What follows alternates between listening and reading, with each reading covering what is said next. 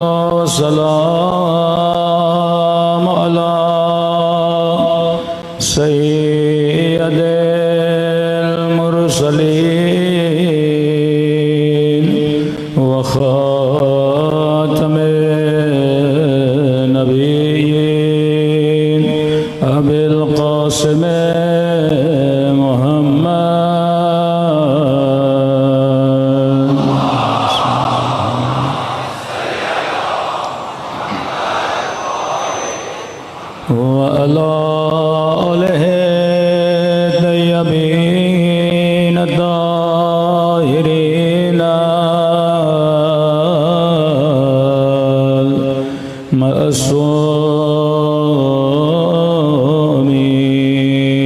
सब मिलके दुआए इमाम ज़माना। अल्लाहुम्मा कुल्ले वलिका हुज्जत इब्ने हसन सलवातुका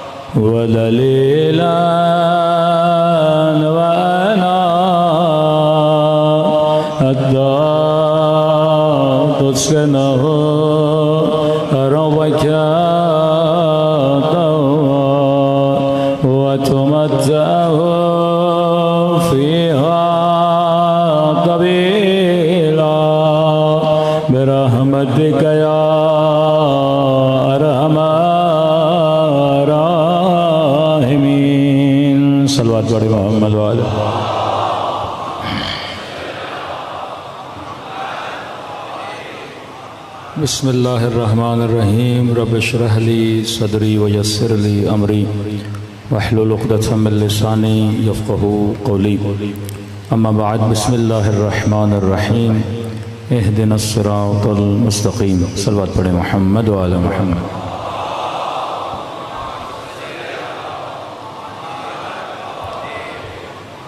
दुआ है परवरदिगार आलम हम सब की इबादतों को अपनी बारगाह आली में कबूल फरमाए और जिस मकसद ज़िंदगी को लेकर इन मजालिस में आ रहे हैं खुदा उन मकासद में हम सबको कामयाबियाँ कामरानियाँ नसीब फरमा दे। मुसलसल द सीक्रेट नेटवर्क ऑफ अहलुल बैत अलैहिस्सलातु वस्सलाम के अहल बैत का वो पिन्हा वो अहल बैत की छुपी हुई तरबियत के दुश्मनों के जुल्म के बावजूद भी उन्होंने अपना नेटवर्क बनाया और जिसके ज़रिए आज तक जिसकी तरबियत के नतीजे में ये मजालिस अज़ा बर्पा हो रही हैं। ये भी तो मुमकिन था ना कि अहल बैत वाक़े करबला के बाद की को थोड़ा कम कर दें। वाक़े करबला के बाद अहल बैत खामोशी से बैठ जाते हैं, लेकिन मैंने कल अर्ज़ की कि इमाम आमिदन इमाम ज़ैनुल आबिदीन बाज़ारों में जाते थे। अब ज़ाहिर एक ऐसा माहौल जिसमें मातम की इजाज़त नहीं, जिसमें गिरिए की इजाज़त नहीं, जिसमें खुल्लम खुल्ला मजलिस अज़ा बर्पा करने की इजाज़त नहीं, तो मौला कभी वज़ू करते थे तो रोते थे, कभी किसी जवां की शादी में जाते थे तो रोते थे। ये टेक्निक ऑफ अहलुल बैत है कि किसी न किसी ज़रिए से कोई ऐसा अमल अंजाम दिया जाए जिससे लोग इमाम हुसैन को भूल न पाएँ। कि आप सुनते हैं जवां की शादी में गए, रोने लगे और ये कहा उस जवां को कि अगर चाहते हो मैं तुम्हारी बेटे की शादी में आऊँ तो थोड़ा सा अपनी शादी में अली अकबर का जिक्र किया करो। कभी कोई बच्ची आ जाती है, पूछते हैं नाम क्या है, फिर उससे ये पूछते हैं कि कहीं अपनी बच्ची को तू तमाचा तो नहीं मारता, फिर जिक्र जनाब सकीना करते हैं।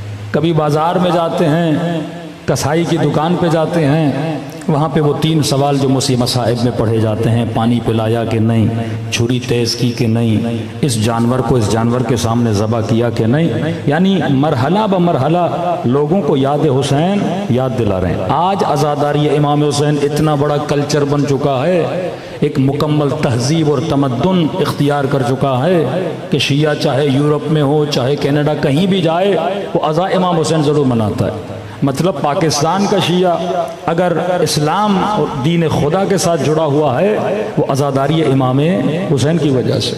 और यही शिया अगर वेस्टर्न वर्ल्ड में जाके अपने बच्चों को अहले बैत से उसने जोड़ के रखा है तो वो भी क्या है, अज़ादारी इमाम हुसैन। यही अज़ा है जो हमें जोड़ती है। पूरा साल हम शायद एक दूसरे के चेहरे देखें, लेकिन मजलिस इमाम हुसैन है जो सबब बनती है कि मोमिन मोमिन की ज़ियारत करे, मोमिन मोमिन से मिले। हमारी दिलों को किसने जोड़ा है? यह जिक्र इमाम हुसैन ने जोड़ा है। इसी तरह 5वें इमाम का ज़माना, 6ठे इमाम के ज़माने में तो बाकायदा घरों में मजलिसें शुरू हो गई थी। फिर 8वें इमाम के ज़माने में आप आते हैं, बाकायदा शुअरा, मरसिया लिखने वाले, नूहा लिखने वाले, जिसमें मशहूर हैं जनाबे देबल, जनाब हुमयरी। ये वो लोग हैं जिन्होंने मरसिया लिखे अहले बैत अलैहिस्सलातु वस्सलाम में। तो आहिस्ता आहिस्ता आज़ादारी एक कल्चर, आज़ादारी एक शक्ल इख्तियार करती गई जिसको शिया मनाते थे। मतलब अगर मुझे पता है कि इमाम हुसैन मजलूम है लेकिन पड़ोसी को नहीं पता तो मैं 10 दिन घर में आज़ादारी करूंगा। अगर मुझे पता है जनाब सकीना प्यासी थी लेकिन पड़ोसी को नहीं पता तो हम कभी सबील लगा के जिक्र हुसैन को याद कराते थे, कभी अलम लगा के अब्बास के हाथों को याद कराते थे, कभी मसाइब पढ़ के लोगों को इमाम हुसैन याद दिलाते थे। और यही बरकत अज़ा इमाम हुसैन है कि दिन ब दिन आपकी तादाद में इजाफा हो रहा है। ये ऐसे नहीं हुआ, ये अहले बैत अलैहिस्सलातु वस्सलाम की ट्रेनिंग थी। अपने असहाब को समझाते थे, अपने घरों में महफिलें बनाते थे। कि मैंने कहा इब्तदा इमाम ज़ैनुल आबिदीन ने की, अपने गुलाम खरीदे, 50,000 के करीब इमाम ज़ैनुल आबिदीन ने गुलाम खरीदे, गुलामों को तरबियत की और बाद में गुलामों को आज़ाद कर दिया। तो मुआशरे में बदलाव आया। अब मद्दे मुकाबिल दुश्मन, वो दुश्मन जो सुलह इमाम हसन के बाद 20 साल तक, कि मैंने अर्ज किया कि अहले शाम ने अली देखा नहीं था, सिर्फ अहले शाम ने अली सुना था। आप तसव्वुर करें आज 2024 एक बच्चा पैदा हो, 20 साल के बाद वो बच्चा 20 साल का जवान बन गया। अब 20 साल में इसने मदीने से कोई रिवायत नहीं सुनी। या आज का ज़माना तो नहीं जहाज़ पे चढ़े और आप मदीने चले गए। 20 साल के अरसे में इसने अमीरुल मोमिनीन को देखा नहीं, अमीरुल मोमिनीन को सुना नहीं। जो कुछ सुना जो इस जवान को सुनाया गया, अब इसके दिल में किसकी नफरत आ गई? अहले बैत अलैहिस्सलातु वस्सलाम की आ गई ना। कि कल एक रिवायत मैंने पढ़ी कि वाक़यान शब आशूर लश्कर यजीद वाले गुस्ल शहादत अंजाम दे रहे थे। कि इमाम हुसैन को आगे बताया, मौला वो गुस्ल शहादत अंजाम दे रहे हैं। लश्कर इमाम हुसैन वालों के पास पानी नहीं, ये तयम्मुम करके गुस्ल शहादत अंजाम दे रहे हैं। उन लहीनों के पास पानी है, गुस्ल शहादत के कल हम खारिजियों का मुकाबला करेंगे और अगर हम मारे गए तो हम क्या कहलाएंगे? शहीद कहलाएंगे। ये नजरिया किस तरह स्टेबल हुआ। और सिर्फ अमीर शाम तक बाकी नहीं, अमीर शाम के बाद यजीद आया। यजीद के बाद जिसने सबसे ज्यादा मजबूत किया इस नजरिए को वो अब्दुल मलिक मरवान है। एक बात याद रखिए, तारीख में जिस भी वाक़े में आपको इख्तलाफ नजर आए, मसलन यजीद की मौत के हवाले से इख्तलाफ है, 3 रिवायतें मिलती हैं। कोई कहता है कि जंगी मशकें हो रही थीं और मंजनीक से कोई पत्थर आया, यजीद के सर पे गिरा, मर गया। एक में यह है कि अपना बंदर लेके घोड़े सवारी कर रहा था और घोड़े से गिरा और जीन पे इसका पाँव फंसा और ज़मीन पे रगड़ते रगड़ते इसकी मौत आगे हो गई। एक यह है कि रात को पता नहीं इसने क्या खाया और सुबह उठा तो इसका चेहरा कंप्लीटली ब्लैक हो चुका था और उस मरज़ की वजह से ये दुनिया से चला गया। जहाँ पर भी इख्तलाफ नज़र आए तो समझ लीजिए यहीं पे कोई वाक़या हुआ है।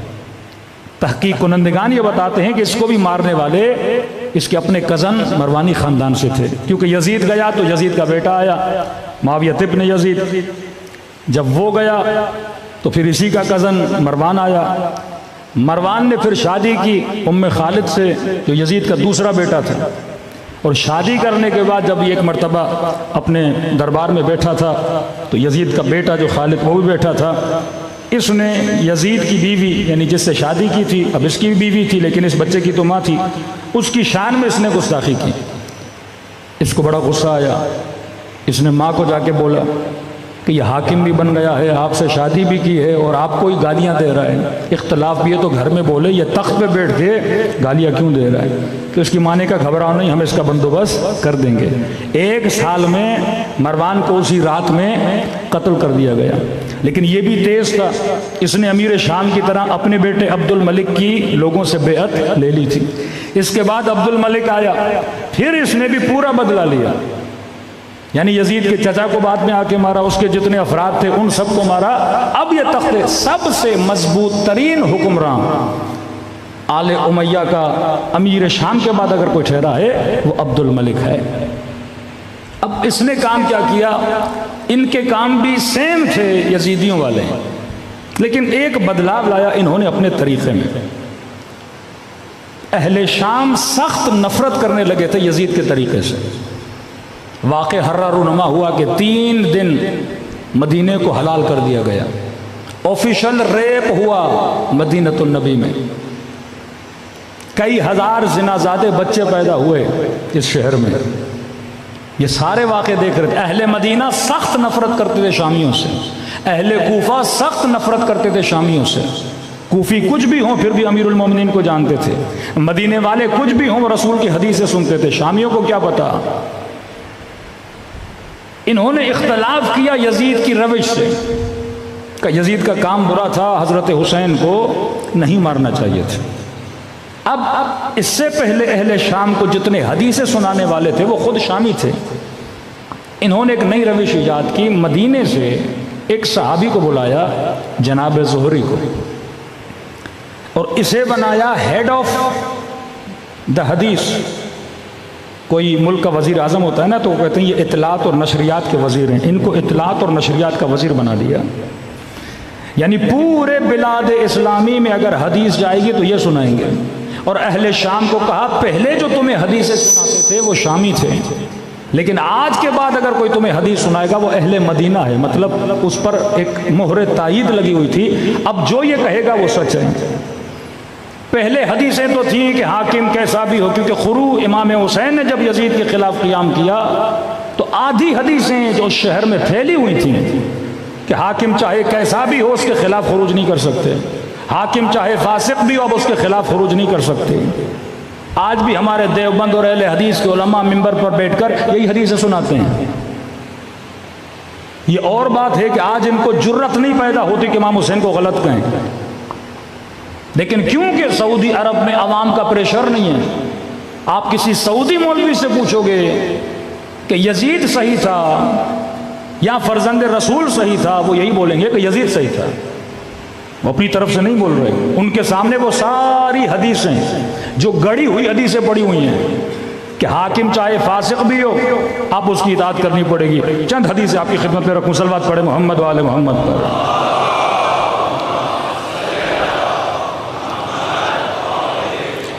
मुअज्जम कबीर तबरानी कहते हैं कि रसूल ने फरमाया कि हुक्मरानों की इताअत करो, इनकी इताअत अल्लाह की इताअत है।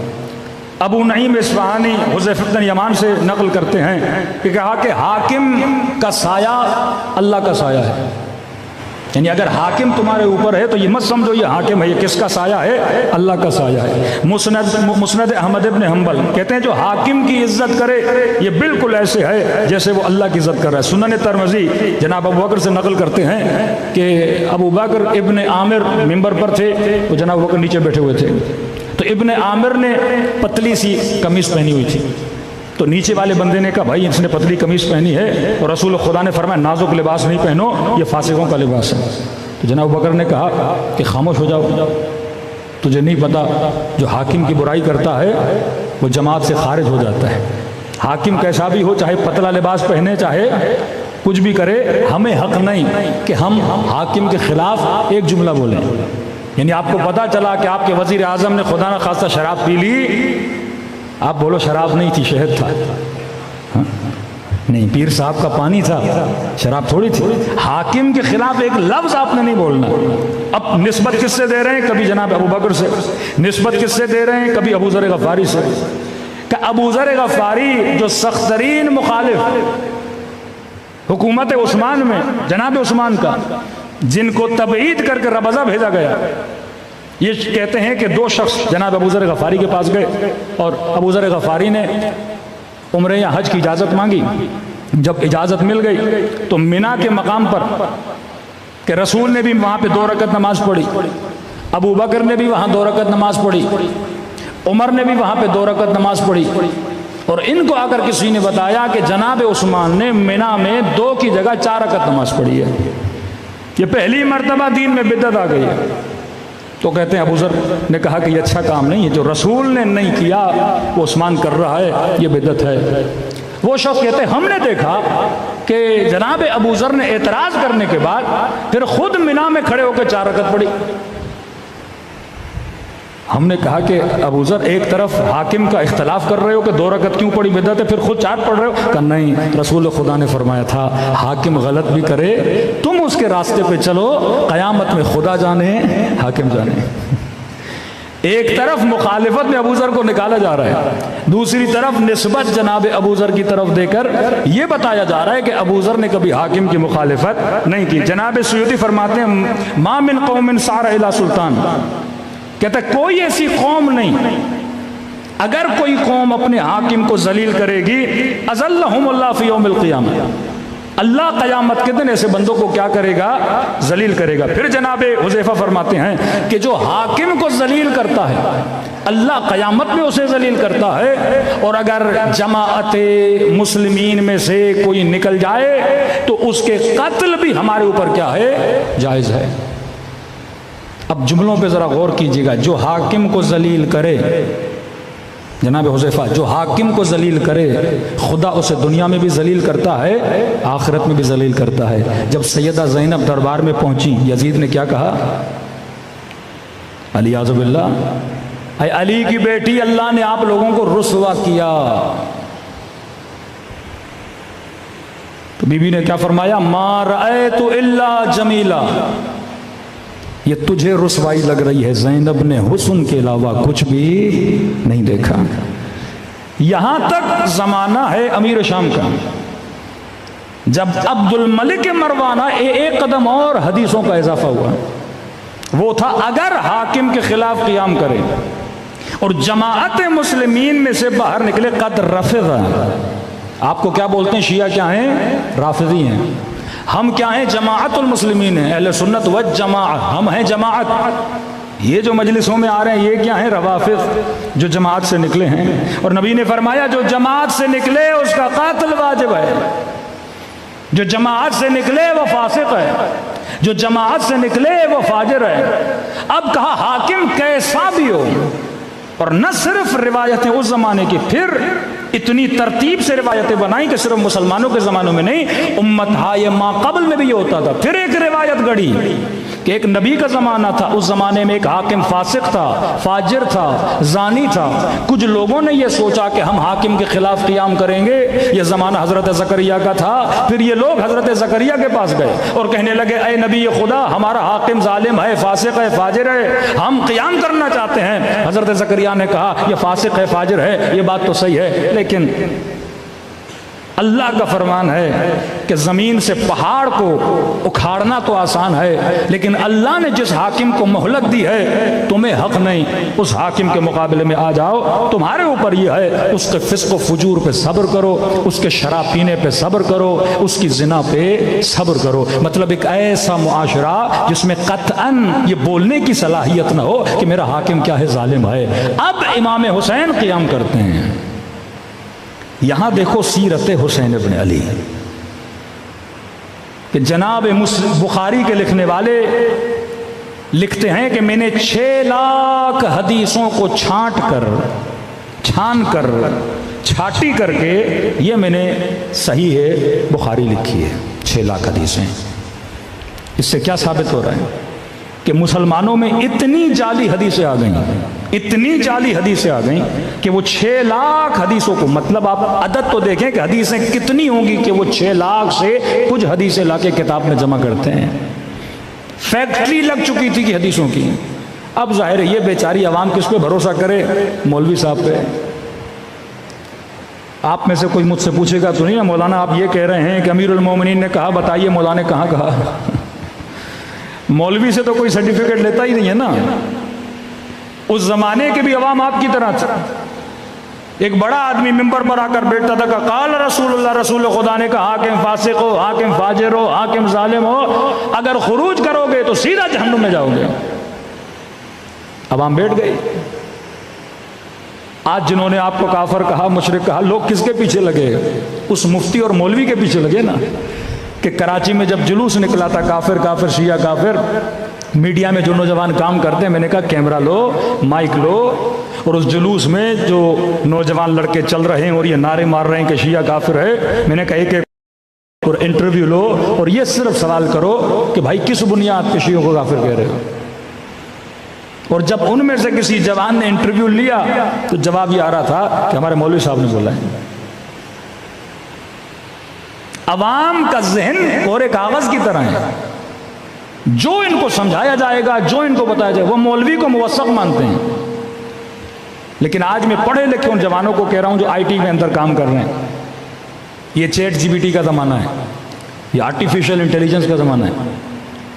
आप सबके मोबाइलों में व्हाट्सअप है, उसके ऊपर भी ऑप्शन आ चुका है चैट जीपीटी वाला।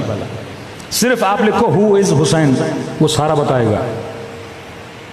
आप लिखो जनाब फातिमा कौन थी, वो सारा बताएगा।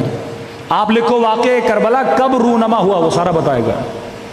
पहले हम मजान कहते थे आयतुल्लाह गूगल, अभी ये तो मुजतहिद की डिग्री हो गई इनके पास कि आप यहां सवाल किया और विद इन सेकेंड्स आपको जवाब आएगा, वो सोचेगा भी नहीं जवाब। ये सलूनी पूछो और आपने यहां सवाल किया, वो ठक जवाब देगा। लेकिन सवाल यह है कि इस सलूनी के पीछे कौन है? अमीरुल मोमिनीन जब कहते थे सलूनी, तो पीछे इल्म खुदा था।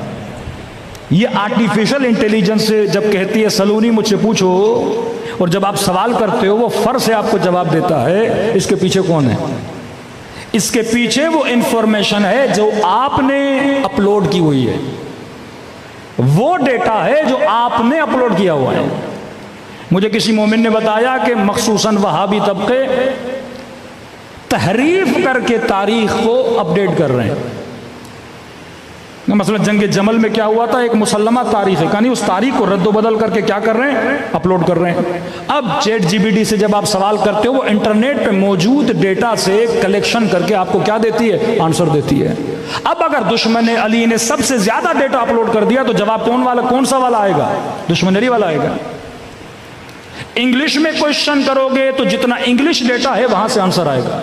उर्दू में क्वेश्चन करोगे जितना उर्दू डेटा है वहां से आंसर आएगा। अरबिक में क्वेश्चन करोगे जितना अरबी डेटा है वहां से आएगा।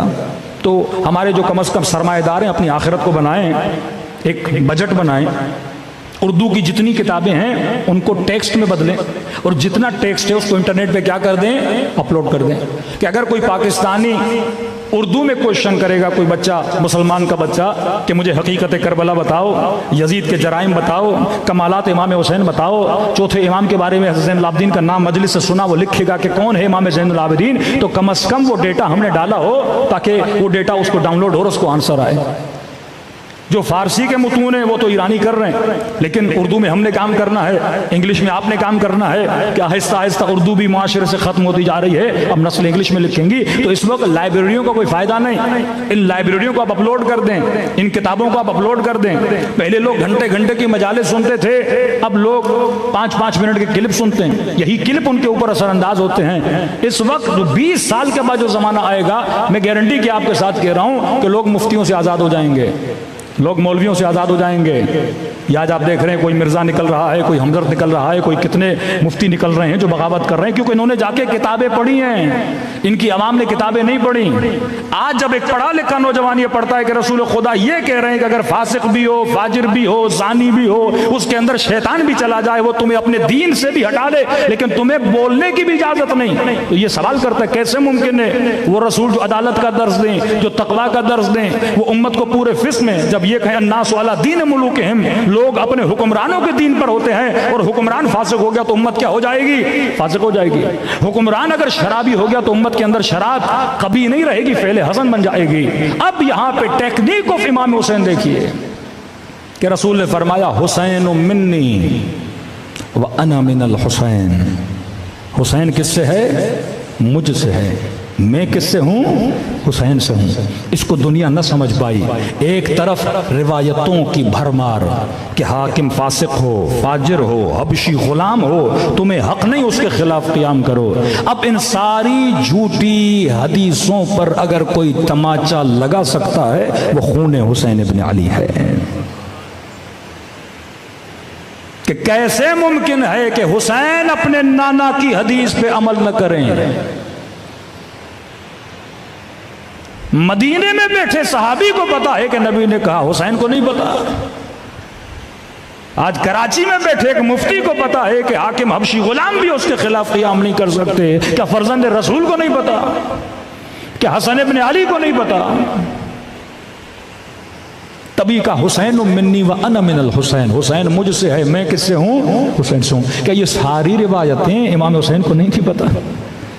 कहा जो क़ियाम करे वो दीन से खारिज, जो क़ियाम करे वो अल्लाह के दरबार में जलील हो जाएगा, जो क़ियाम करे उसे दुनिया में रुसवाई आखिरत में रुसवाई मिलेगी, जो क़ियाम करे उसका कत्ल जायज़ है।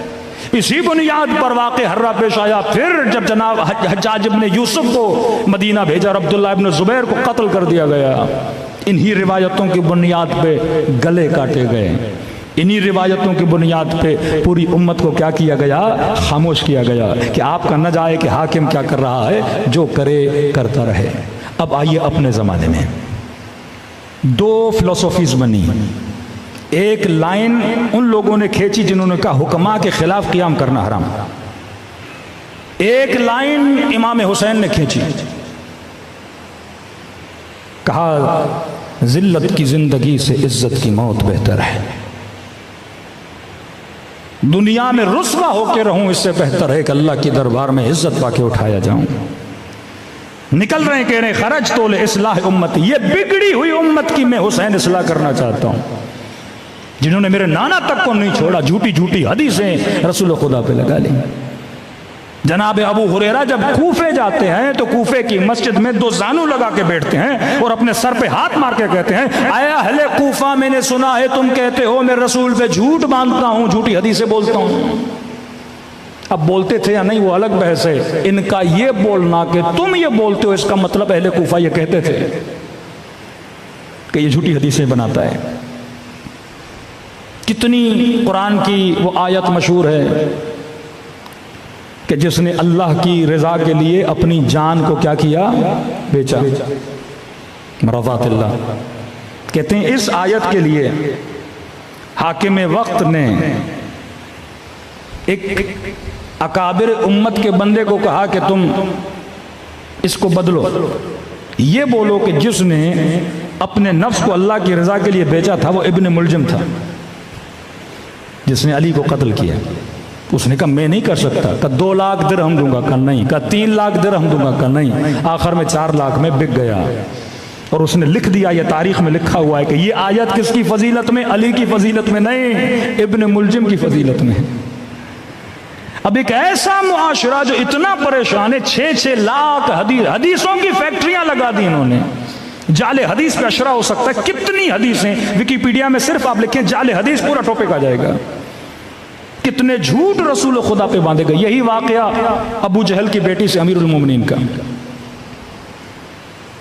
मौला अली का लक़ब है ना अबू तुराब। ये कहते नहीं कोई बड़ी बात थोड़ी है। या ये है कि फातिमा तो बज़अतु मिन्नी, फातिमा मेरे जिगर गोशा है। जिसने फातिमा को तकलीफ दी उसने मुझे तकलीफ दी। आप इसको कहाँ फिट करते हो? रसूल के जाने के बाद कहते हैं नहीं, ये नबी ने अली के लिए कहा था। नबी को खबर पहुंची कि अली अबू जहल की बेटी से शादी कर रहे हैं। रसूल ने फरमाया काफर की बेटी नबी की बेटी एक घर में जमा नहीं हो सकते। और कहा जाके अली को कहो अगर शादी करनी है पहले मेरी बेटी को छोड़े। और फिर कहा फातिमा तो बज़अतु मिन्नी, मेरे जिगर का टुकड़ा है। जिसने इसे तकलीफ दी उसने मुझे तकलीफ। पूरी फिल्म उन्होंने पलटा दी मौला अली के लिए ताकि लोग भूल जाएं तकलीफ किसने दी थी, दरवाजे पे कौन गया था, हक किसने छीना था। सारा अमीरुल मोमिनीन को लाके खड़ा कर दिया। फैक्ट्री कहां से चल रही है? शाम से चल रही है। अली नमाज नहीं पढ़ता, ये जंग सिफीन वालों के नारे हैं। अली इब्न अबी तालिब आसिम उस्मान का कातिल है, ये जंग सिफीन के नारे हैं। हालांकि हमारे उलमा की तहकीक है कि उस्मान के कत्ल में भी ये बनु मरवान शामिल थे। अब मिस्र के लोग आए जिनका इख्तलाफ था जनाब उस्मान से, किस कदर मजलूमियत अमीरुल मोमिनीन कि नहजुल बलाग मौला फरमाते मैंने इतनी हिमायत की उस्मान की, इतनी हिमायत की कि उम्मत में खलीफा कुशी की रस्म न चले, लेकिन मुझे ही कहा जा रहा था कि अली ने उस्मान को मारा है। आप समझिए कुछ लोग प्रोटेस्ट करने आए हैं, अमीरुल मोमिनीन इनसे मुज़ाकरात कर रहे हैं कि मैं तुम्हारी बातें करूंगा, उस्मान से मामले को हल करते हैं। कहते मामला हल हो गया। इन्होंने कहा ठीक है, हम नहीं मारते, हम वापस जाते हैं, हुकूमत के खिलाफ हम नहीं उठते। इतने में अब तारीख कहते हैं किसी शख्स ने उस बीच में बोला ये ऊंट हुकूमत का ऊंट जा रहा है। अब ये बंदा कौन है पता नहीं, बीच में ऊंट कहां से आया पता नहीं। अब जिस तरह सरकारी गाड़ी पे नंबर प्लेट होती है, उस जमाने में जो सरकारी ऊंट होते थे उन पर एक मोहर लगी होती थी, जिस तरह टैटू बन जाता है इसी तरह जला के उसके बदन पे एक मोहर लगाते थे, लाल रंग की मोहर। जैसे मोहर देखी उन्होंने कहा हुकूमत का ऊंट जा रहा है। सब ने कहा रोको रोको, चेकिंग करो इसमें क्या है। जैसे कभी आप मुज़ाकरात कर रहे हो, कोई हुकूमत की पार्टी का जासूस आपके अंदर आ जाए तो फौरन कहते से रोको, इसकी तलाशी करो, कोई डिवाइस ना हो, कोई रिकॉर्डर ना हो, हमारी बातों को रिकॉर्ड कर रहा है। इन्होंने कहा ऊंट की तलाशी लो, सारे ऊंट की तलाशी ली, कुछ भी नहीं मिला। फिर यही बंदा जिसने कहा ये सरकारी ऊंट है, फिर यही बोलता है कि इस ऊंट के ऊपर मटका भी, उसे चेक करो। उसने मटका का वजन है, मटके में लगता है पानी है। कहा नहीं, इसे खोलो, खाली करो, शायद पानी ना हो। अब इसे कैसे पता, इल्म गैब आ रहा है इसमें।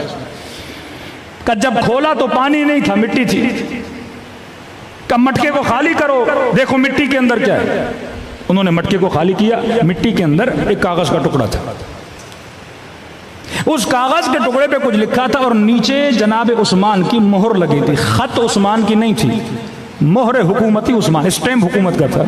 उसमें लिखा गया था, अब मसलन जो लीड कर रहा था इन मुज़ाकरात को, जो लीड कर रहा था इन लोगों को, उनके नाम लिखे थे कि देखो फलां आए उसके हाथ काटना, फलां ने इतनी गालियां दी हैं उसकी गर्दन काटना, फलां को ये करना। इन्होंने कहा हम आए थे सुलह करने के लिए और ये तो खुफिया तौर पे लेटर भेज रहे हैं कि इन सबको क्या कर दो, मार दो। मामला वहां पे बिगड़ा और जंग क्या हो गई, शुरू हो गई। और मौला अली ये लेटर लेकर जनाब उस्मान के पास गए और कहा कि वो लोग हक पर हैं, मैं मुज़ाकरात कर रहा हूं, ये लेटर किसने लिखा है कि लोगों को मारा जाए, जबकि मैं सुलह के लिए उनसे बात करने गया, अभी जंग हुई नहीं है, लेटर किसने लिखा है। मौला फरमाते उस्मान देख, मोहर हुकूमत की लगी हुई है और अगर ये लेटर लीक हुआ है तो आपकी हुकूमत के अंदर से किसी ने ये काम किया है। तो मौला उसे समझा रहे हैं, मतलब अली को पता है तुमने ऑर्डर नहीं दिया, किसी और ने ऑर्डर दिया है। मजलूमियत अली। मौला कहते हैं बता उस्मान तुझे किस पे शक है, ये किसने काम किया है। उस्मान कहते अली मुझे तुझ पे शक है। उस वक्त अमीरुल मोमिनीन फरमाते मैंने तुम्हारा फैसला और अपना फैसला क़यामत के दिन पे छोड़ दिया। मौला अली मुज़ाकरात से निकल के जाते हैं, फिर वो अटैक होता है और खलीफे मुस्लिमीन को क्या किया जाता है, कत्ल किया जाता है। ये आलम था उम्मत का। जो कत्ल करने आ रहा है इमाम हुसैन को, वो भी हदीस रसूल सुन के आ रहा है। ये जो मदारिस में कोई देवबंद बनता है, कोई बेचारा अहले हदीस बनता है, ये नए नए बच्चे, नौजवान बच्चे, ये हदीसें पढ़ते हैं, मुस्लिम और बुखारी में हदीसें पढ़ते हैं कि अल्लाह की इताअत करो, रसूल की इताअत करो, हाकिम की इताअत करो। हाकिम कैसा हो, नहीं शर्त नहीं, मुत्तकी हो, परहेजगार हो, फाजिर हो, फासिक हो, शराबी हो, कबाबी हो, कोई भी हो, उसके खिलाफ लफ्ज तक नहीं बोल सकते। बोलोगे तो जमात से खारिज हो जाओगे, मुर्तद हो जाओगे, काफिर हो जाओगे, खारिजी हो जाओगे। अब इन्हें कहते हैं देखो रसूल खुदा ने तो कहा था, लेकिन क्या करें, हुसैन नबी का नवासा है, एहतराम वाजिब है, लेकिन हुसैन का काम सही नहीं था, उम्मत में तफरका डाला। दो खुतूत खींची, वल्लाह अगर इमाम हुसैन क़ियाम न करते आज तक शिया भी इन हदीसों को सही मान रहे होते। क़ियाम इमाम हुसैन बताता है ये सारी निस्बतें झूठी हैं जो मेरे नाना के साथ बांधी गई हैं। मेरा नाना कभी नहीं कह सकता कि फासिक के खिलाफ ना बोलो, शराबी के खिलाफ ना बोलो, जो दीन खुदा को पामाल करे उसके खिलाफ ना बोलो, जो ये कहे लाइबल हाशिम बनु हाशिम ने खेल खेला, ना कोई वही आई ना कोई फरिश्ता आया, ये सारा खेल था, इसके खिलाफ भी क़याम ना करो क्योंकि ये हाकिम है। फिर इजाज़त कत्ल दिया खुद को इन्होंने। हज्जाज इब्न यूसुफ ने जब अटैक किया मदीने वालों पर, जब पहला अटैक हुआ है उसमें मंजनीकों से खाने खुदा को गिराया गया, हजर असवद को जख्मी किया गया। ये लोग समझ गए कि भाई ये कत्ल से बाज नहीं आते। पूरी उम्मत में खामोशी ठहर गई और हदीसें भरमार, हदीसों का झूठ। अब ज़माना आता है आपके पांचवें इमाम, इमाम मोहम्मद बाक़िर अलैहिस्सलातु वस्सलाम।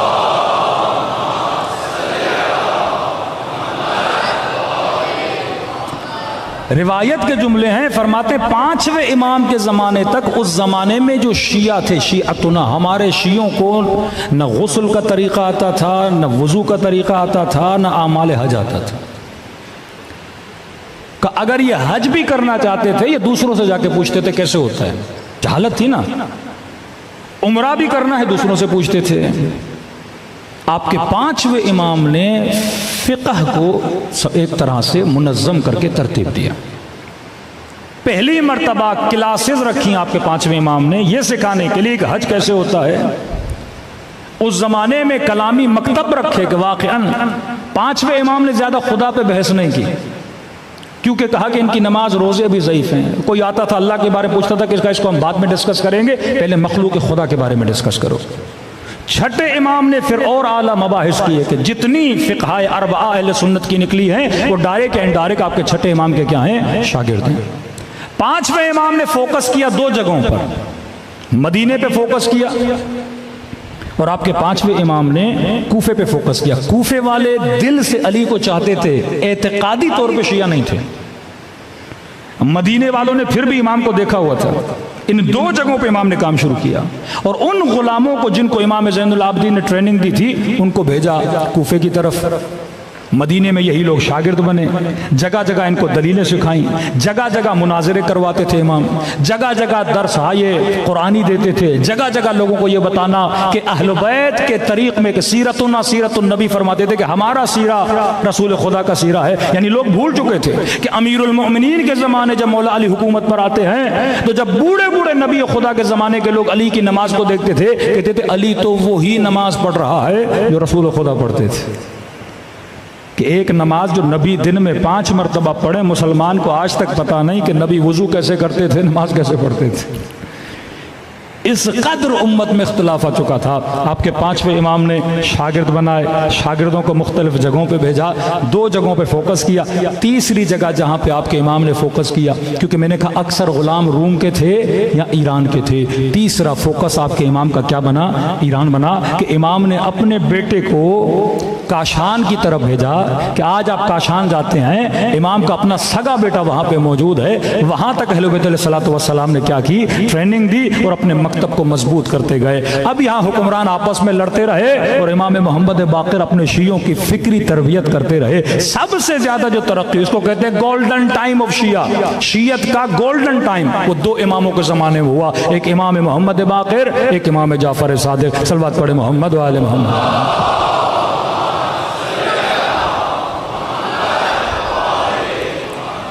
और मकाम ताज्जुब ये है कि आप छठे इमाम के ज़माने में और 5वें इमाम के ज़माने में गुल्लात का ज़माना भी बड़ा है। कुछ ऐसे लोग शियों के अंदर पैदा हुए जो अमीरुल मोमिनीन को खुदा कहते थे, कि आज भी तकरीबन 7 लाख के करीब अलवी अकीदा रखने वाले तुर्की में मौजूद हैं। अब जहां इमाम ने अपना नुमाइंदा नहीं भेजा शाम, वो अलवी हुए। एक वो तबका जो बुग़्ज़ में शिद्दत, दूसरा वो जो अमीरुल मोमिनीन को खुदा मानते थे। और तारीख़ का ये अजीब मकाम है कि जो अहले बैत के ज़माने में हज़रत अली को खुदा कहते थे, हुकूमत उनको कुछ नहीं करती थी। होना तो ये चाहिए ना, जो अली को खुदा कह रहा सबसे पहले उसका गला काटा जाए।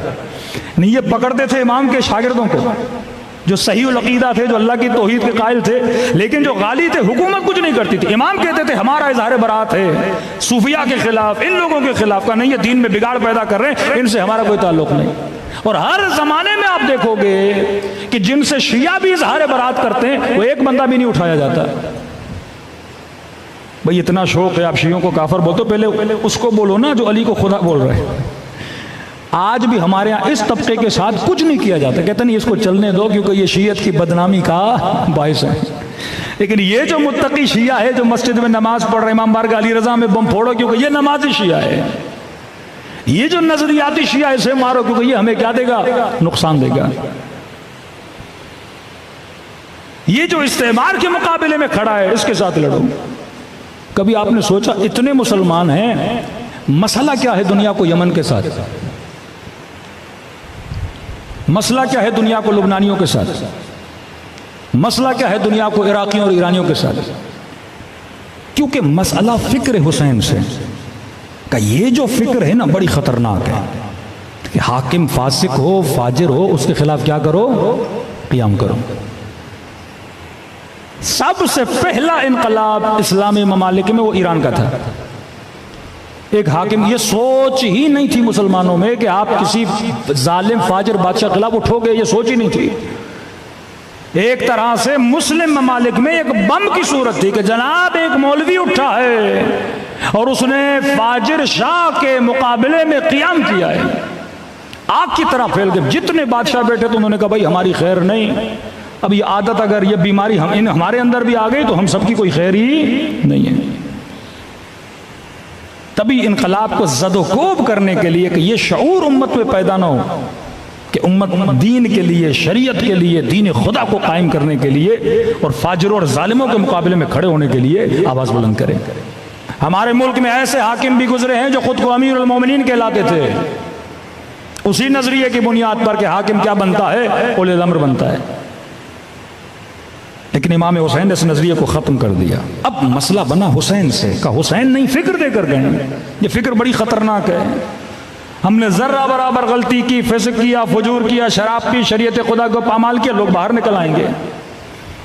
तभी का घरों में जाओ जिक्र हुसैन करो। सद्दाम कहता था जुलूस ना निकालो, क्योंकि एक मरतबा जुलूस निकला नाम हुसैन से और यजीद पे लानत करते करते अगर ये सद्दाम के खिलाफ हो गया तो सद्दाम कैसे रोकता लाखों को। नहीं नहीं जुलूस नहीं निकालो, ये बड़ा खतरनाक है। अगर आपका जुलूस प्रोटेस्ट में बदल जाए तो खतरनाक है ना। 1 लाख का मजमा रोड पे और छुट्टी का दिन है, अगर ये प्रोटेस्ट बड़ा खतरनाक है ना हुकूमतों के लिए। तो खौफ पैदा हो जाता है, लर्जा पैदा हो जाता है कि अगर ये कहें हम निफाज शरीयत चाहते हैं, अगर ये कहें जुल्म खत्म करो, अगर ये कहें रिश्वत खत्म करो, अगर ये कहें मुल्क में खुददारी को पैदा करो, तो ये फिक्र हुसैन बड़ी खतरनाक है। का ये तो 12 वाले हैं, हमसे 4 इमाम वाले नहीं संभाले जा रहे।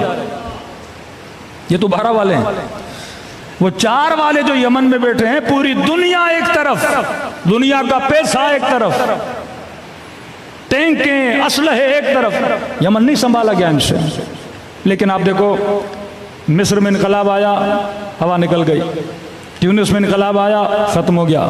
लीबी में इनकलाब आया, खत्म हो गया। यमन आज तक चल रहा है, ईरान आज तक चल रहा है। इराक पर आपको यकीन नहीं आएगा कितने मिलियंस डॉलर लगे थे। कि आपकी सोच है, दाइश अगर आ रहा है गले काट रहा है, उसी हदीसों की बुनियाद पर उसने अपनी खिलाफत का ऐलान किया। अबू बकर बगदादी ने, मैं खलीफतुल मुस्लिमीन हूं। अब कहा जो मेरे मुकाबले में आएगा, रसूल ने फरमाया गला काटो। जमात मुस्लिमीन मेरे साथ है। दौलतुल इराक व शाम अपनी गाड़ियों पर टैग लगा दिया कि मैं खलीफतुल मुस्लिमीन हूं।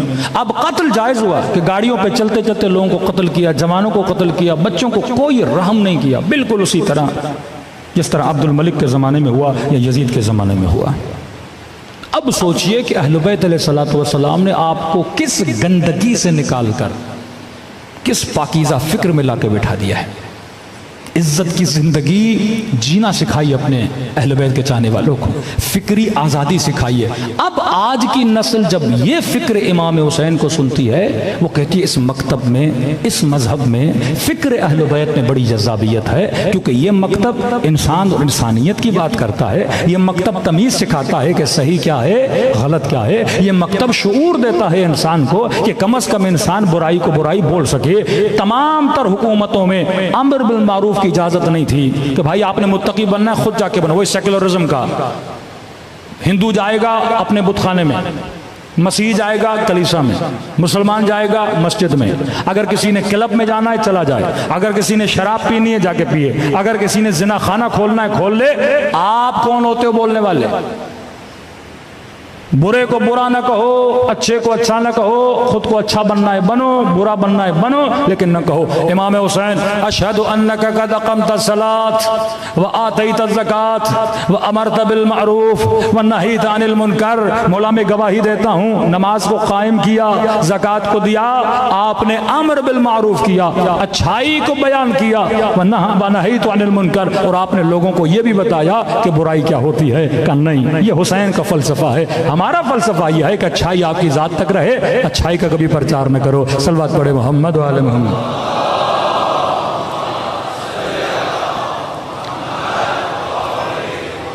कि मुझे नहीं पता, मैंने इस तारीख का एक बहुत बुरा किरदार है शबस इब्न रबी, इसका जिक्र किया कि नहीं, डेली सोचता हूँ लेकिन जहन से निकल जाता है।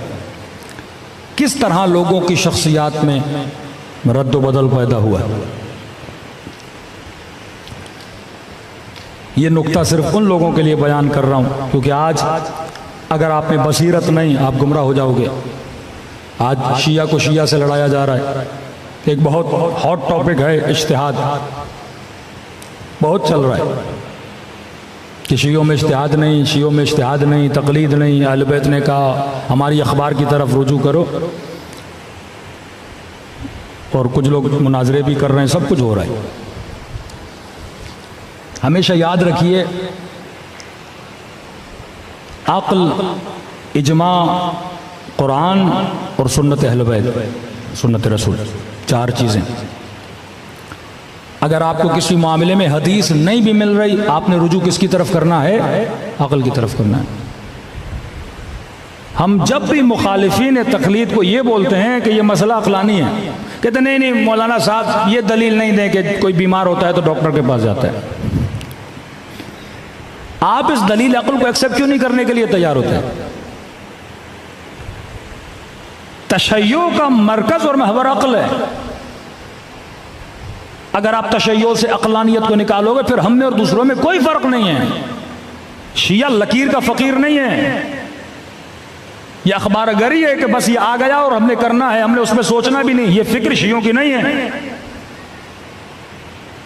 जो मुखालिफीन तकलीद है वो प्रैक्टिकली बताएं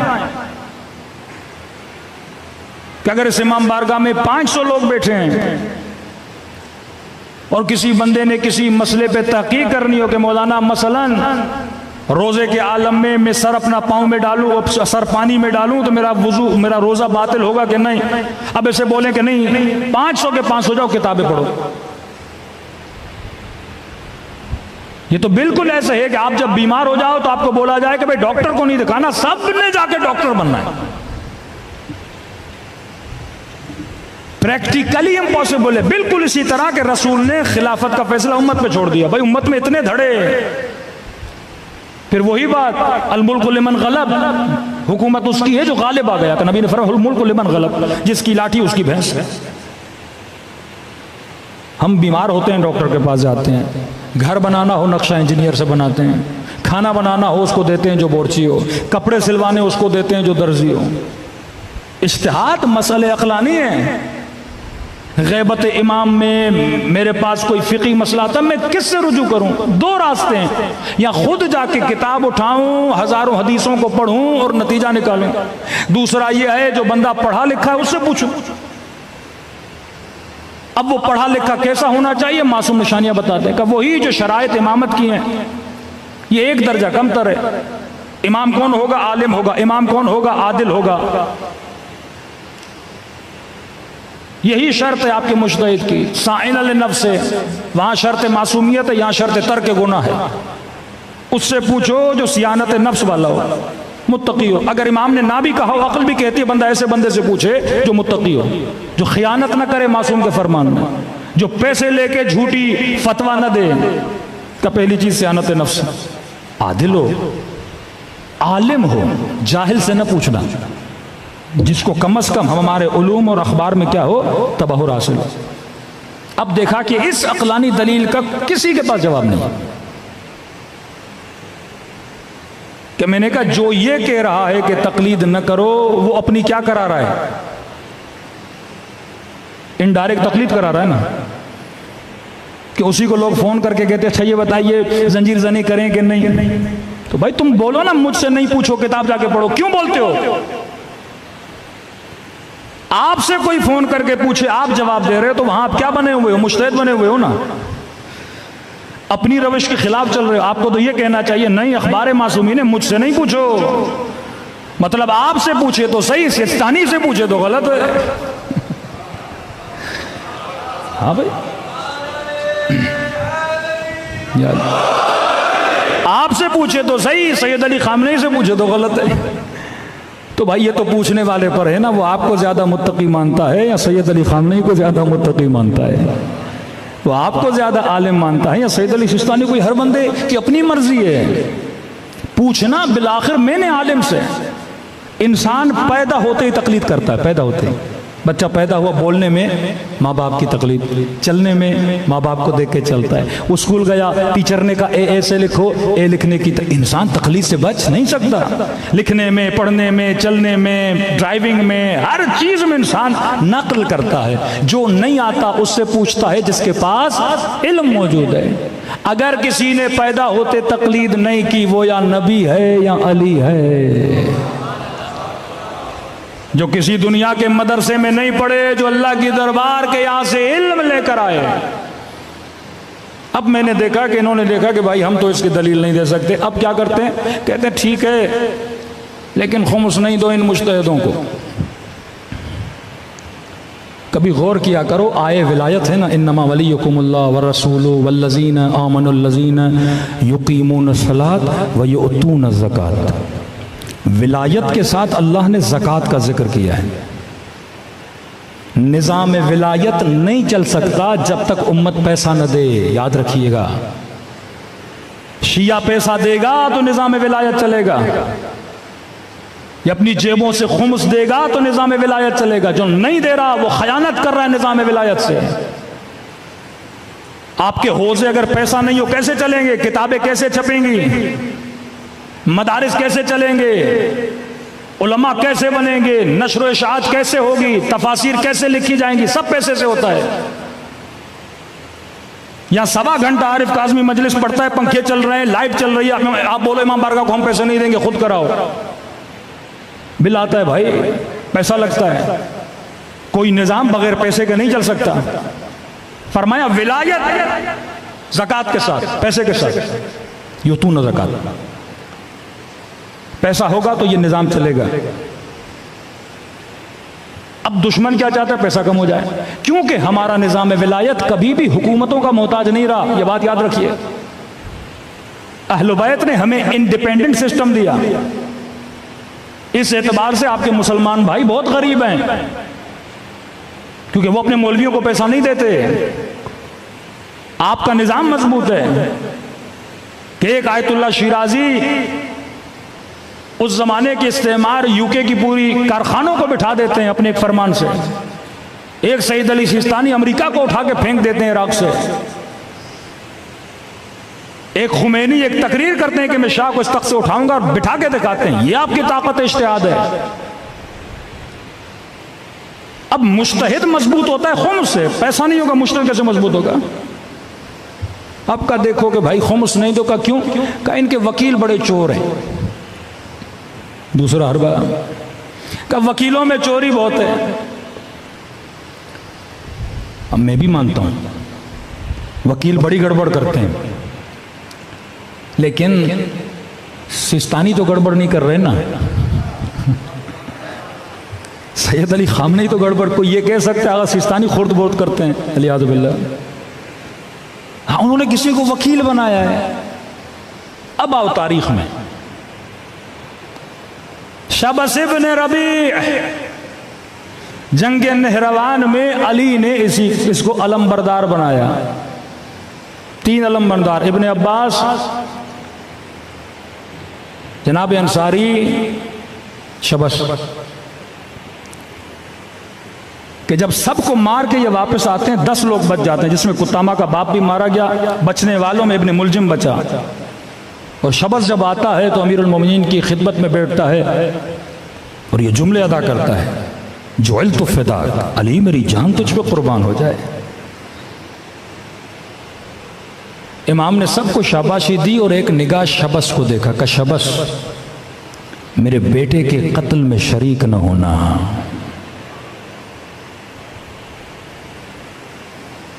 लश्कर अली का अलम था इसके हाथ में। अबू अयूब अंसारी, शबस, इब्न अब्बास, माजरत जनाब हुजर इब्न उदय, मैं मना, मैं सरा, 4 अलम अमीरुल मोमिनीन ने दिए, जिनमें एक ये था। जंग नहरवान में अली का अलम बरदार। अब कहते मौला अली को इल्म गैब नहीं था, क्यों दिया? अल्लाह की सुन्नत कभी नहीं बदलती, अहले बैत जाहिर पे फैसला करते हैं। इब्न मुलजिम को मौला कह रहे हैं तो मेरा कातिल बनेगा, अली मेरी जान फिदा, मैं आपको कैसे कत्ल करूंगा? का मौला अगर कत्ल करूंगा मुझे अभी कत्ल कर दे। फरमाया अली जुर्म के साबित होने से पहले मुजरिम को सजा नहीं देते। ये सुन्नत अहले बैत फैसला। अगर सारे फैसले, आज हमारे बेचारे नौजवान शियाते रसूल को पता था ये क्यों किया, फलां से शादी क्यों की, फलां को ये क्यों किया, भाई फैसला जाहिर पे होता है। एक बंदे ने भी गुनाह किया नहीं, आप उसको गला काट दो, फिर तारीख बोलती अली ने बेगुनाह को मार दिया। फिर वो बोलता मैंने इतनी मेहनत की और अली ने मुझे अलम नहीं दिया, अली ने इब्न अब्बास को दे दिया, हुजर इब्न उदय को दे दिया, मैंने क्या बिगाड़ा था? रसूल खुदा ने मैदान खंदक में ये क्यों कहा, कल अलम उसे दूंगा जो मर्द होगा, कर्रार होगा, गैर फरार होगा। मामला खत्म कर देते ना, अली को दूंगा। का नहीं, पहले दावत दे रहा हूं, कल के ये न बोले कि नबी ने तो हमने दिया ही नहीं था, नबी ने ये तो सीधा जाके अपने कजन को देते थे, अपने दामाद को देते थे। का नहीं, चैलेंज दे रहा हूं, कल अलम उसे दूंगा जो मर्द होगा, कर्रार होगा, गैर फरार होगा। पूरी रात दुआ करते रहे, किसी ने ये नहीं कहा कि मुझे मिलेगा, क्योंकि देख रहे थे सिफात हमारे अंदर तो है ही नहीं। हाँ? का कौन है जो इस कल्ब का मुंह बंद करे, ये जो भौंक रहा है? कहते ना 39 दिन तक कभी इधर कभी उधर उठते नहीं थे, बल्कि एक दूसरे को कहते थे हमने सुना है बड़ा बहादुर है, ऊँटनी का बच्चा उठा लेता है, एक दिन में बकरा खा जाता है। ये दावत आम कौन है, कौन जाएगा? बार बार अमीरुल मोमिनीन उठ रहे हैं, बार बार अमीरुल मोमिनीन उठ रहे हैं। फैसले ज़वाहिर पे होते हैं। शबस इब्न रबी जंग नहरवान में अलमबरदार लश्कर अली, और करबला के मैदान में अलमबरदार लश्कर यजीद। और ये वो है जिसने इमाम हुसैन को खत भी लिखा था। और मौला जब जाते हैं खुतबा देते हैं, शबस को कहते हैं, शबस क्या तूने हुसैन को खत नहीं लिखा था? मुकर क्या? मैंने नहीं बुलाया। अब्बास खेमे से खत लेकर आ। शबस का खत दिखाया, कल को यह न बोले कि हुसैन झूठ बोल रहे थे। जब खत दिखाया तो शर्मिंदा हुआ और का शबाश तू तो वही है जो नहरवान में मेरे बाबा के साथ था, अलमबरदार था। मेरे बाबा ने कहा था मेरे बेटे के कत्ल में शरीक न होना। क्या कहा था? अली मैं और आपके बेटे का कातिल बनूंगा। वही जुमले जो जनाब जुबैर को कहा कि जिस अली को देख के इबादत कर रहे हो, कल इसी अली के मुकाबले में या रसूल अल्लाह मैं और अली। तो कहता है कि हुसैन तेरे बाबा ने मुझ पे जादू किया था। अब बताओ, जियाद का बाप जियाद इब्न अबी अली ने गवर्नर लगाया, इसका बेटा कातिल इमाम हुसैन। क्यों लगाया इमाम हुसैन? वकला की बात है तो फिर अमीरुल मोमिनीन ने ऐसे गंदे लोगों को वकील क्यों बनाया? फैसला ज़ाहिर पे होता है। आपकी दाढ़ी है, 4 वक्त नमाज पढ़ते हो, किसी मुज्तहिद के पास जाते हो, पढ़े लिखे हो, दीन का इल्म है कि तो क़िबला में फ़लाँ जगह पे खुम्स जमा कर सकता हूँ, सलाहियत मेरे अंदर है, वो 4 लोगों से पूछते, कहते बंदा सही है, आपको इजाज़त देते हैं। और बंदे ने इजाज़त लेके बाद में उसमें लालच पैदा हो गई, पैसा खा गया, मुज्तहिद का क्या जाए भाई? मसला मुज्तहिद के साथ है, उसकी अदालत तब साक़ित होती है जब वो खुद पैसे में खुर्द-बुर्द करें। लेकिन ये इल्ज़ाम ताकि लोगों को निज़ाम खुम्स से तोड़ा जाए और आपके हौज़े कमज़ोर हो जाएं, और जब हौज़े कमज़ोर होंगे तो तरवीज मकतब कैसे होगा? आज आप यूके जाते हो, आय खुई की बहुत बड़े बड़े सिस्टम वहाँ पे। आज आप हम्बर्ग चले जाइए, जर्मनी चले जाइए, इतनी बड़ी मस्जिद जर्मनी के मेन इलाके में, पोश इलाके में, अरबों डॉलर की मिल्कियत शियों की मस्जिद है वहाँ पे, मदारिस हैं आपके, हौज़े इल्मिया हैं आपके। अफ्रीका आपको नहीं पता, चले जाइए बिलाल फाउंडेशन देखिए, कितने कालों पे काम हो रहा है, सोहेली लोगों पे काम हो रहा है। ये मजाक है कि नाइजीरिया में 10 मिलियन से ज़्यादा लोग शिया बन जाएं। ये आपका निज़ाम खुम्स। और कुछ ऐसे लोग जो 4 अच्छी बातें करके आपके जवानों को अटैक करें और मुजतहिदीन पे अटैक करें और खुम्स के निज़ाम पे अटैक करें, ताकि अगर खुम्स का निज़ाम क्लैप्स हो गया आपके हौज़े नीचे गिर जाएंगे। अगर कोई तकलीद नहीं करेगा, इज्तिहाद का निज़ाम खत्म हो जाएगा, उसके बाद तरवीज मकतब तशय्यो क्या हो जाएगी? खत्म हो जाएगी। जब तक आपके अंदर मरकजियत नहीं होगी, जब तक आपके अंदर लीडरशिप नहीं होगी, तब तक ये निज़ाम नहीं चल सकता। और यही लाइन कहता है, हुसैन तेरे बाबा ने मुझ पे जादू किया। इमाम हुसैन खुतबे को जारी रखते हैं और इतना बदबख्त वक़ी कि इब्ने साद को कहता है, इब्ने साद तूने हमें हुसैन को मारने के लिए बुलाया है, हुसैन की तकरीरें सुनाने के लिए बुलाया है? उस वक्त ये लाइन एक नज़र करता है, कहता है हुसैन मैं नज़र कर रहा हूं अल्लाह की दरबार में, तुझे कत्ल करने के बाद तबर्रुकन कूफे में एक मस्जिद बनाऊंगा। हमारे मासूमीन कहते हैं ना कि आशूरा के दिन रोज़ा न रखो, यौम आशूरा तबर्रकत बिही बनु उमैया। ये भी जाले हदीस की बड़ी रिवायत है। रसूल ने कहा ये करो, ये करो, ये करो, ताकि लोग आशूरा भूल जाएं, अपनी मुर्दों की कब्रों पे जाएं। आशूरा के दिन सफ़ेद लिबास पहनो, आशूरा के दिन अतर लगाओ, आशूरा के दिन नहा के अपने मुर्दों की कब्रों पे जाओ, आशूरा के दिन रोज़ा रखो, आशूरा के दिन खुशी मनाओ, क्योंकि नबी ने कहा, नबी ने, ये सारी बनु उमैया की झूठी हदीस है जिस पर आज पूरी उम्मत चलती है। एक तरफ अहले बैत के चाहने वाले जुलूस मना रहे होते हैं, एक तरफ मुसलमान अपने मुर्दों को याद कर रहे होते हैं। सारे मुर्दे इनको 10 को याद आते हैं, पूरा साल याद नहीं आते। जिस दिन हुसैन याद आना चाहिए उस दिन अपने मुर्दे याद आते हैं। ये बनु उमैया की रविश का मस्जिद बनाऊंगा। तभी हमारे आए कि शियो जब कूफे में जाओ, कुछ मस्जिदों में जाना, 5 ऐसी मस्जिदें हैं जिनकी मजम्मत की, जैसे मस्जिद ज़रार है, उनमें से एक मस्जिद वो है जो शबस इब्न रबी ने बनाई थी। इमाम हुसैन को शहीद किया, कूफे आया, मस्जिद बनाई। अजीब तारीख खुद को दोहराती है। मस्जिद का नाम रखा मस्जिद हमरा, उर्दू तर्जुमा लाल मस्जिद। अब मुझे नहीं पता हमारी लाल मस्जिद के ताने बाने किस लाल मस्जिद से मिलते हैं।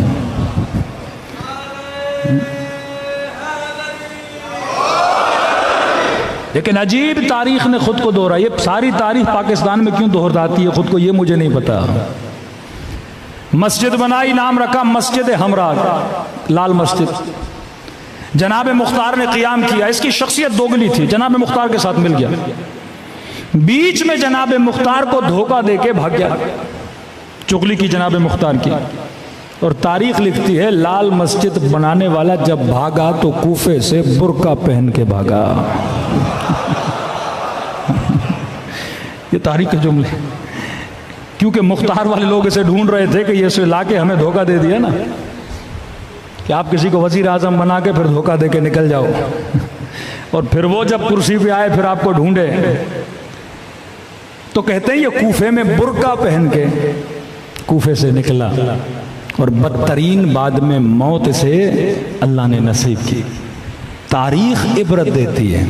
जब कोई आपके उलमा पर, मराजे पर, अल्लाह ने अक्ल दिया आपको, अक्ल से जवाब दिया करो, दलील से जवाब दिया करो।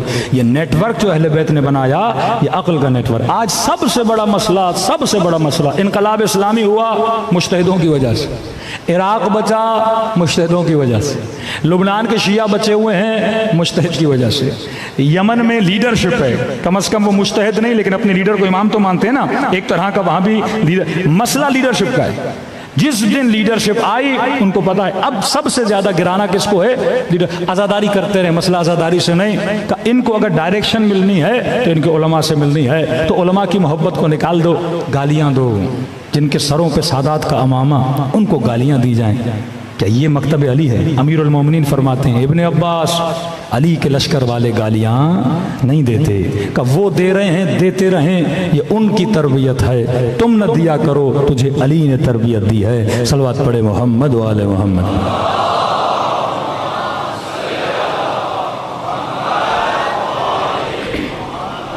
हमारे दिगर सलवात पढ़े मोहम्मद वाले मोहम्मद।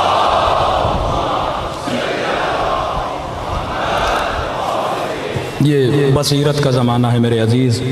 मैं जानता हूँ हमारे काफ़ी नौजवान आईटी के अंदर काम कर रहे हैं। इस वक्त तरवीज दीन बहुत आसान है। ये किताबें ख़रीद लें, शियों की किताबें, जाले हदीस के टॉपिक। इल्म नहीं है लोगों के पास, नॉलेज नहीं है, लोगों को अपनी तारीख़ का नहीं पता। आज किसी भी मुसलमान भाई को लीजिए कि ये हमें इस उम्मत इस्लामी के 12 खलीफों के नाम और कारनामे बताओ, नहीं पता लोगों को। मलेशिया में मैं मलेशियन मुसलमानों से पूछ रहा था कि रसूल खुदा के नवास किसी को नहीं पता। आले अबा कौन है, पंजतन कौन है, बेटी का नाम क्या था, नवासों का नाम क्या था, करबला में क्या हुआ था, कुछ नहीं पता। ये शुक्र खुदा करो कि आपके बच्चों को फर्श अज़ा ने इल्म दिया है। आपके दिलों में इश्क़ खुदा, इश्क़ रसूल और इश्क़ आले रसूल है। कहते हैं करबला का एक शहीद ऐसा है जिसने उम्मत पर और इंसानों पर हुज्जत को तमाम कर दिया। इमाम ज़ैनुल आबिदीन फरमाते हैं हुज्जतुल कुबरा। कासिम की शहादत हुज्जत कुबरा नहीं, अकबर की शहादत हुज्जत कुबरा नहीं, अब्बास की शहादत हुज्जत कुबरा नहीं। फरमाते हैं एक शहीद की शहादत हुज्जत कुबरा, ये बड़ी हुज्जत है। मतलब आज का मुसलमान इसको सुने और न सोचे अल्लाह ने उसमें हुज्जत तमाम कर दिए, ये क़यामत के अज़ाब इलाही का हक़दार होगा। किस शहीद की शहादत? फरमाया वो हमारे अलीयुल असग़र की शहादत। अब्बास से लड़ रहे थे, अब्बास बड़े थे, तुम्हारे मुकाबले में थे, शहीद किया। मौला हुसैन से लड़े, मुकाबले में आए। अली अकबर से लड़े, मुकाबले में आए, जंग थी। कासिम मुकाबले में आए, जंग थी। लेकिन मेरे मौला फरमाते हैं असगर ने क्या किया था? एक 6 महीने का बच्चा क्या मांगने आए थे हुसैन कि लश्कर यजीद अगर तुम्हारी दुश्मनी है तो हुसैन से। मेरे 6 महीने के बच्चे ने क्या बिगाड़ा? यहां तक का हुसैन प्यास तुझे लगी है, बहाना बच्चे का कर रहे हो। मिलता है बच्चे को खाके करबला पे रखा, कब बच्चा छोड़ के जा रहा हूं, पानी पिला लो, फिर मुझे हुसैन को वापस करो। कहते हैं जब रखा ना जमीन पे इमाम हुसैन ने, तो अली असगर ने खुश्क ज़बान निकाल के होंठों पे फेरना शुरू किया। अशकिया की आंखों में आंसू आ गए। मैं मशहद में था, हॉस्पिटल में कोई काम था। मैंने देखा एक वालिद है, गोद में बच्ची है उसके, 2.5 साल 3 साल की। तड़प रहा था ये बाप। बच्ची का चेहरा लाल, जैसे सांस बंद हुआ पड़ा। थोड़ी देर के बाद वो बाप ऊपर आया और रोए जाए, चीखे जाए, माँ रोए जाए। मैंने पूछा क्या हुआ है? कहा इनकी बच्ची मर गई है। मैंने कहा हुआ क्या था? कहा बाप ने गलती से बेटी को अंगूर दिया, छोटी बच्ची, उसने निगल लिया, अंगूर जाके गले में फंस गया। अब गले में घुटली फंस गई। इस बाप का अब तड़पना देखते ये घुटली निकाल नहीं पा रहा था। आगाए आली फरमाते हैं घुटली फंस जाए बाप तड़प रहा था। का सोचो हुसैन पे क्या गुजरी होगी।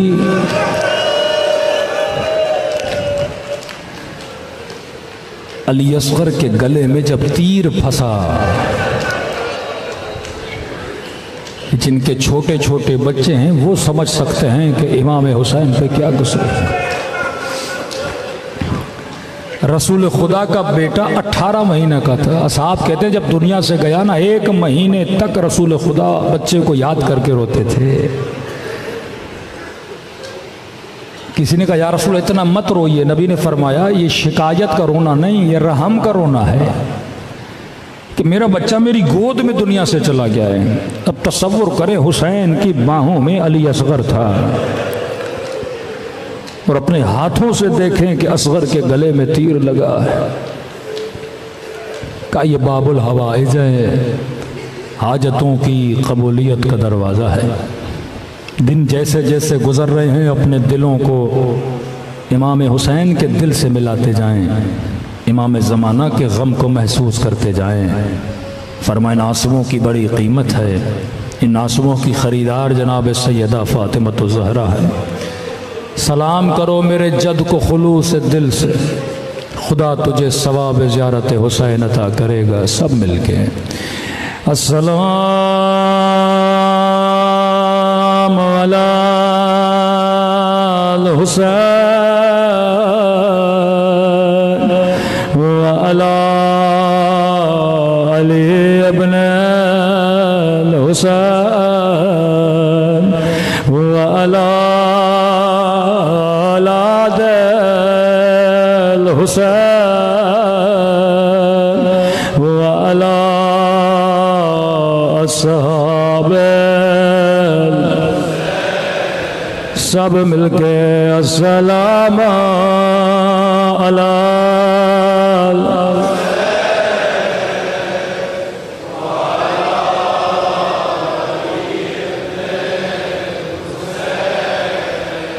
व अला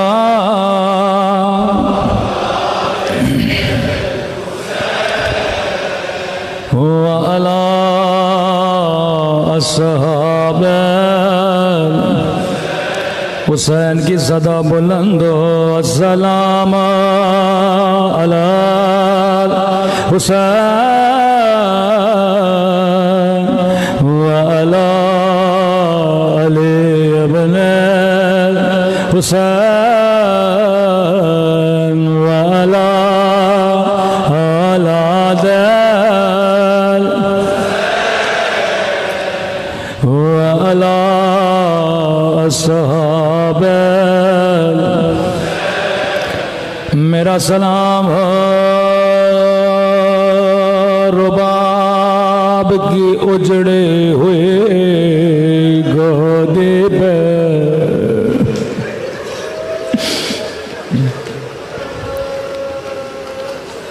मेरा सलाम हो खुश्क ज़बान अली असगर पे। मेरा सलाम हो मज़लूमियत हुसैन पे। अल्लाह आप सबको करबला की ज़ियारत नसीब कराए। एक मौला का अज़ादार जब करबला गया कहता है मैंने हुसैन की ज़रे की ज़ियारत के, गंज शुहदा की ज़ियारत के, हबीब की ज़रे की ज़ियारत के। लेकिन ये मोमिन कभी ख़याम हुसैनी में जाए, कभी फिर हरम इमाम हुसैन में आए। खादिम ने कहा मोमिन किसे ढूंढ रहा है, कहने लगा खादिम मैंने सुना है हुसैन ने असगर को कहीं दफन किया था।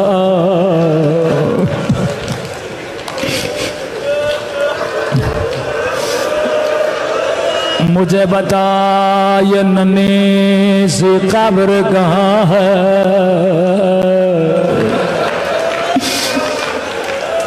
खादिम ने कहा मुझे भी नहीं पता। ये अज़ादार आयतुल्लाह कश्मीरी के पास आया, कहने लगा क़िबला मैंने बड़ा ढूंढा लेकिन कहीं असगर की कब्र न मिले। आगाए कश्मीरी कहते हैं मैंने भी आज तक ये नहीं सोचा था कि आप ही से सुना है खेमों के पीछे नन्ही सी कब्र बनाए थे। आगाए कश्मीरी कहते हैं मुझे एक रात की मोहलत दो, मैं किताबों में देखूंगा। आगाए कश्मीरी कहता है पूरी रात मैंने मक्तलों को खोला, वाकई ये नन्हा सा बदन कहाँ दफन हुआ, लेकिन मुझे कोई रिवायत नहीं मिले। मैंने इमाम हुसैन से तवस्सुल किया, मौला आपके अज़ादार पूछते हैं अली असगर की कब्र कहाँ है। कहते रात को सो गया, ख्वाब के आलम में इमाम हुसैन की ज़ियारत हुई। मौला ने फरमाया कश्मीरे मेरे अज़ादारों को कह दो आज के बाद मेरे असगर को न ढूंढा करे।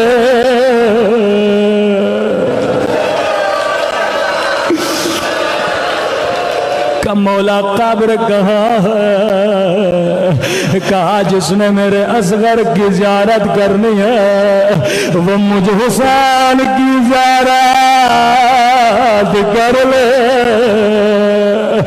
कम मौला आपकी ज़ियारत क्यों करे। कम मेरे असगर की कब्र मेरे सीने सज्जाद ने नन्हा सा बदन मेरे सीने पे रखा था।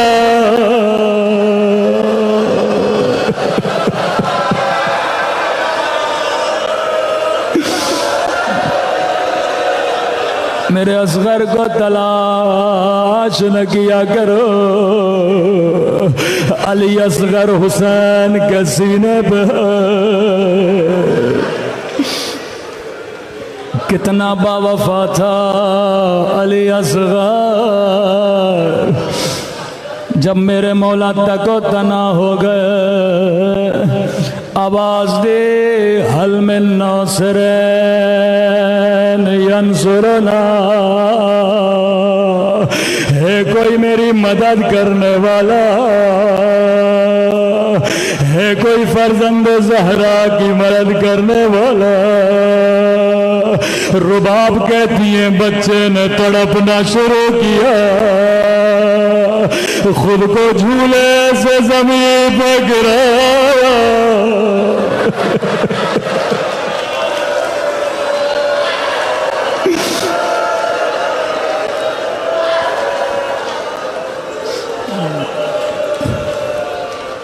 मौला हुसैन खेमे में आए, रुबाब ये बच्चा इतना बेचैन क्यों है।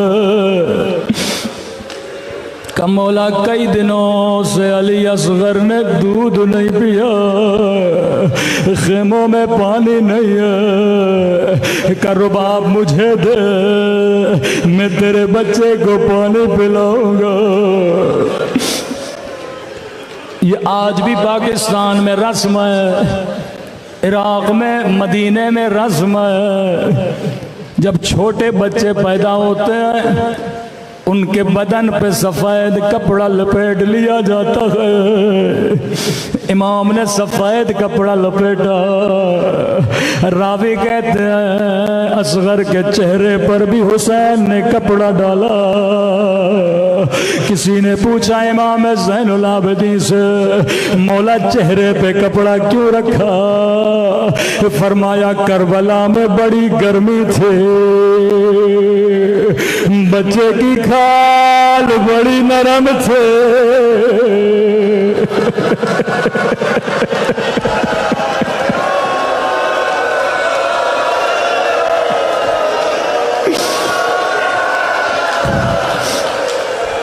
हुसैन नहीं चाहते थे असगर की खाल पे गरम धूप पड़े। दोनों हाथों पे असगर को उठाया, कहने लगे फौज अशकिया, अगर दुश्मनी है तो हुसैन से है। मेरे 6 महीने के बच्चे ने तेरा क्या बिगाड़ा? लईने का हुसैन, तुझे प्यास खुद लगी है, बहाना अली असगर का कर रहे हो। रोके का असगर, हुज्जत खुदा के बेटे हो, बेटा हुज्जत तमाम करो। इतना कहना था, नन्ही सी ज़बान बाहर निकले। फौज अशकिया मुंह छुपा छुपा के रोने लगे।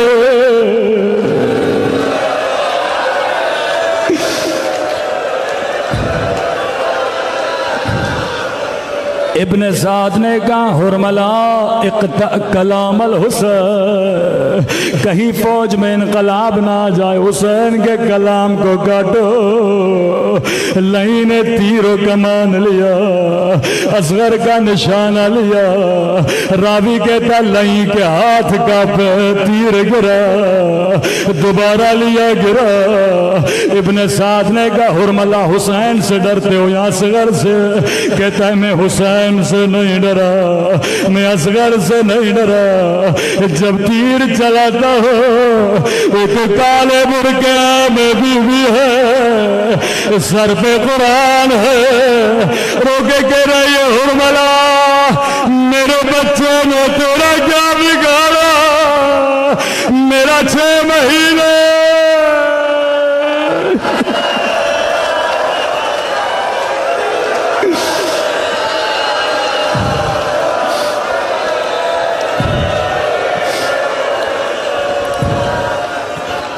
लई ने कहा, तू निशाना ले, मैं तेरी आंखों पे पट्टी बांधता हूँ।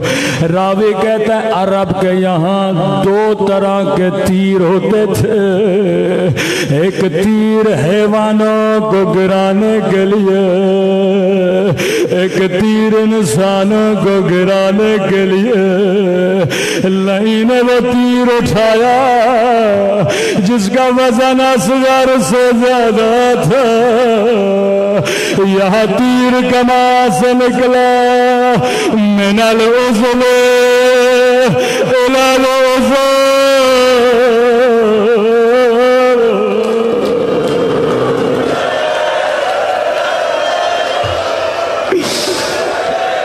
ये रिवायत शायद आपने सुनी हो।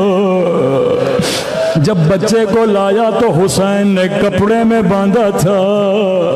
रावी कहता है जैसे तीर लगा, हुसैन ने खंजर निकाला। जिस कपड़े में बच्चे को बांधा था हुसैन ने खोलना शुरू किया। पूछा मेरे मौला ने ऐसा क्यों किया? इमाम ज़ैनुल आबिदीन फरमाते ताकि बच्चे को तड़पने में आसानी हो। अली असगर तड़पने लगा।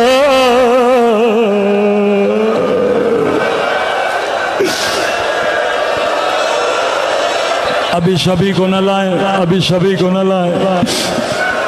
अली असगर ने तड़पना शुरू किया। शब आशूर आमाल करेंगे, चंद कदम आगे जाते हैं, चंद कदम पीछे जाते हैं। बच्चे को अबा में छुपाया हुआ, ये सोच के कि खेमे में जाऊं या नहीं। जाऊं तो रुबाब को क्या दिखाऊंगा। खेमे के दर से आवाज दी, बहन ज़ैनब जल्दी आ।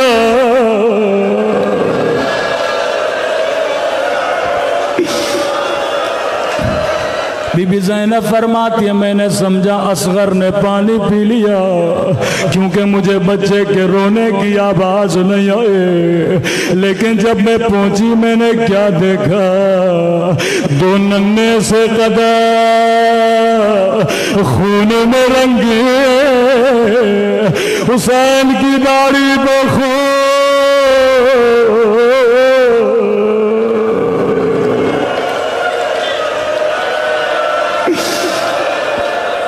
किसी शहीद को मेरे मौला ने दफन नहीं किया। कहा मेरे बच्चे का बदन नरम है, घोड़ों की टापों का वजन कैसे बर्दाश्त करेगा। हाय हसरत हुसैन, 11 मुहर्रम का दिन आया, लई ने हुक्म दिया 40 नेज़े सवार नेज़े उठाए। यहाँ नेज़ा जमीन में जाता था, यहाँ रुबाब का कलेजा। एक मर्तबा नेज़ा जमीन में गया, एक नन्हा सा बदन, रुबाब की फरियादें बुलंद हुई, हाय मेरा अली असगर। एक मर्तबा तीर से फिर नेज़े से मातम हुसैन।